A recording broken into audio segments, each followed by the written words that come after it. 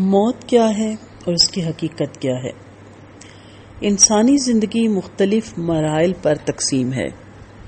ایک مرحلہ تھا جب وہ ماں کے پیٹ میں بحالت جنین تھا۔ پھر ایک مرحلہ آیا جب اس نے محسوس کیا کہ وہ اس دنیا میں ہے۔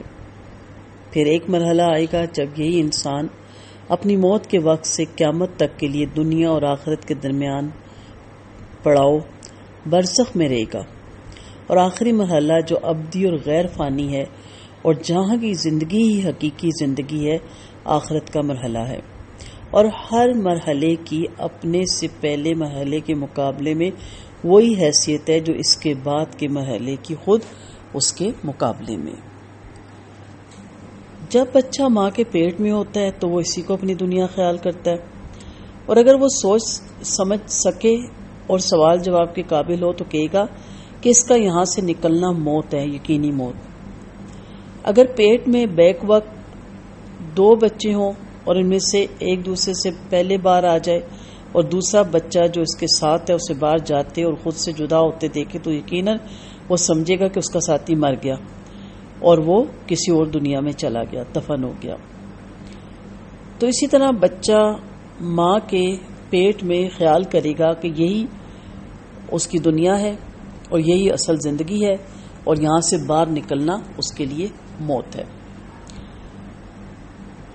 اور انسانی جسم دراصل ایک قمیص کی مانند ہے جو میلی، گندی اور بوسیدہ ہو جائے تو بیکار ہو جانے کی وجہ سے اسے اتار کر پھینک دیا جاتا ہے۔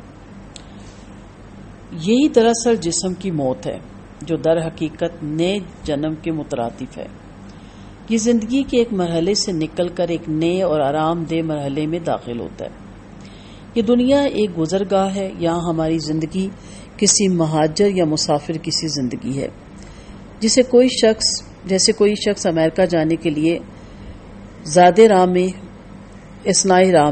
کسی ممالک سے گزرتا ہے۔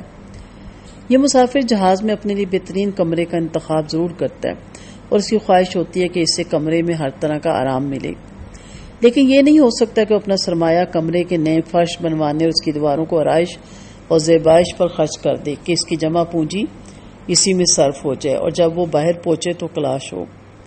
وہ یقیناً یہ سوچے گا کہ اس کمرے میں میرا قیام زیادہ سے زیادہ چند ہفتوں سے یا چند دنوں سے زیادہ نہیں ہے، اس لیے اس میں قیام کے دوران جو کچھ میسر آئے اس پہ قناعت کرنا اور وقت گزارنا چاہیے اور اپنا سرمایہ محفوظ رکھنا چاہیے تاکہ امریکہ جا کر جو گھر لیا جائے اس کا انتظام بہتر طور پہ کیا جا سکے، کیونکہ وہاں پہ مجھے مستقل قیام کرنا ہے۔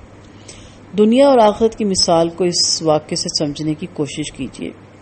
آج سے تقریباً 15 سال پہلے امریکہ نے اپنے ایٹمی تجربے کے لیے بحر الکاہل کے ایک جزیرے میں، جس میں چند 100 ماہی گیروں کی بستیاں تھیں، یہ اعلان کیا کہ جزیرے کے باشندے یہ جزیرہ خالی کر دیں اور اس کے بدلے میں انہیں جس ملک میں بھی رہائش چاہیے جا سکتے ہیں، وہاں پہ انہیں ایک آراستہ گھر دیا جائے گا۔ شرط یہ ہے کہ وہ جزیرہ خالی کریں اور اپنا سامان وہاں سے اٹھا لیں اور اس کی اطلاع دے دیں۔ اس مقصد کے لیے ایک تاریخ مقرر کر دی گئی اور یہ بتایا گیا تھا کہ مقررہ تاریخ کے بعد طیارے آئیں گے اور لوگوں کو نکال کر لے جائیں گے۔ اہل جزیرہ میں سے کچھ لوگوں نے تو جزیرہ چھوڑ دینے کا اعلان کر دیا اور مقررہ تاریخ سے پہلے اپنا سب کچھ سمیٹ لیا، اور کچھ نے سستی دکھائی، جانے کے خیال کو ٹالتے رہے، یہاں تک کہ مقررہ تاریخ کا قریب آ گئی۔ اور کچھ ایسے بھی تھے جنہیں اس بات پر یقین ہی نہ آیا، ان کا خیال تھا کہ یہ سب جھوٹ ہے، دنیا میں امریکہ نام کا کوئی ملک موجود ہی نہیں اور دنیا صرف ہمارے اس جزیرے ہی کا نام ہے اور ہم اس کو چھوڑ کر ہرگز نہ جائیں گے۔ وہ یہ بات بھول گئے کہ یہ جزیرہ عنقریب تباہ ہو جائے گا اور اس کا نام و نشان بھی مٹ جائے گا۔ یہی مثال دنیا کی ہے۔ پہلا گروہ مومنوں کی مانند ہے جو ہمیشہ آخرت کے بارے میں سوچتا رہتا ہے، توبہ اور عبادت کے ذریعے اپنے رب سے ملنے کی تیار رہتا ہے۔ دوسری مثال ان مومنوں کی ہے جو کوتاہیوں اور گناہ کرتے رہتے ہیں۔ اور تیسرا گروہ ان مادہ پرست کافروں کی مانند ہے جو سمجھتے ہیں کہ زندگی بس یہ دنیاوی زندگی ہے، اس کے بعد کچھ نہیں، اور موت نہ ختم ہونے والی نیند ہے جس کے بعد سب کچھ فنا ہو جائے گا اور تمام مصیبتوں سے چھٹکارا مل جائے گا۔ لیکن اس کے معنی یہ ہرگز نہیں کہ اسلام مسلمان سے یہ تقاضا کرتا ہے کہ وہ دنیا چھوڑ دے اور مسجد میں جا بیٹھے اور وہاں سے نہ نکلیں۔ نہ اسلام یہ تعلیم دیتا ہے کہ انسان کسی غار میں جا بیٹھے اور پوری زندگی وہاں گزار دے، قطعاً نہیں۔ بلکہ اسلام کا مطالبہ تو یہ ہے کہ مسلمان یہ ہے کہ اس کی تہذیبی قدریں اتنی اعلیٰ اور عرفہ ہوں کہ وہاں دنیا کی سب معزز اقوام سے آگے بڑھ جائے اور مال و دولت کے اعتبار سے سب مالداروں پہ سبقت لے جائے اور علم کے تمام شعبوں میں اتنی ترقی کرے کہ دنیا کے تمام عالموں کو پیچھے چھوڑ جائے۔ اس کے علاوہ اسلام مسلمان کے لیے ضروری قرار دیتا ہے کہ وہ اپنے جسم کے حقوق کی نگہداشت کرے، غذا اور ورزش کے ذریعے سے اسے بہتر بنائے، نیز اپنے اہل و عیال کا حق ادا کرے، ان کا ہر طرح خیال رکھے اور ان سے اچھا برتاؤ کرے۔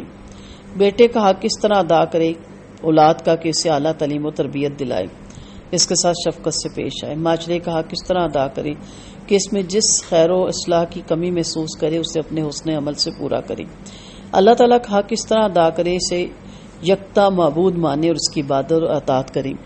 مسلمان جمع کریں لیکن جائز طریقے سے، حلال اور پاک چیزوں سے لطف اندوز ہو اور دنیا میں بہترین دنیا داروں کی سی زندگی گزارے، بشرطیہ کہ توحید میں فرق نہ آئے اور اس کا ایمان شرک جلی یا خفی کی آمیزش سے پاک رہے۔ پکا مسلمان بن کر حرام چیزوں سے بچے اور اپنے دینی فرائض و واجبات کو ادا کریں۔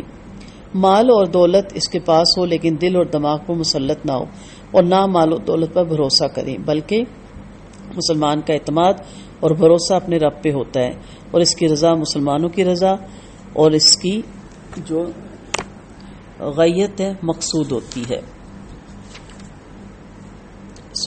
اور اس کی رضا مسلمانوں کی رضا اور غیت مقصود ہوتی ہے۔ اتنی سی بات ہے جو انسان مسلمان کو سمجھ نہیں آتی۔ اگر مسلمان اس بات کو سمجھ جائیں تو ان کی زندگی بھی پر لطف ہو جائے گی اور آخرت میں بھی وہ انشاءاللہ اللہ کے ہاں سرخرو ہوں گے۔ تو اس لیے زندگی تو گزارنی ہے اور زندگی تو گزری جائے گی، لیکن ہم نے زندگی کو اب اس طرح گزارنا ہے جس طرح اللہ اور اس کے رسول کا حکم ہے اور اس کی مرضی کے مطابق گزارنی ہے، تاکہ ہم جب اپنے رب کے سامنے جائیں تو ہم سرخرو ہو سکیں اور اللہ ہم سے راضی ہو جائے اور ہمیں راضی کر دے۔ وآخر دعوانا ان الحمد للہ رب العالمین۔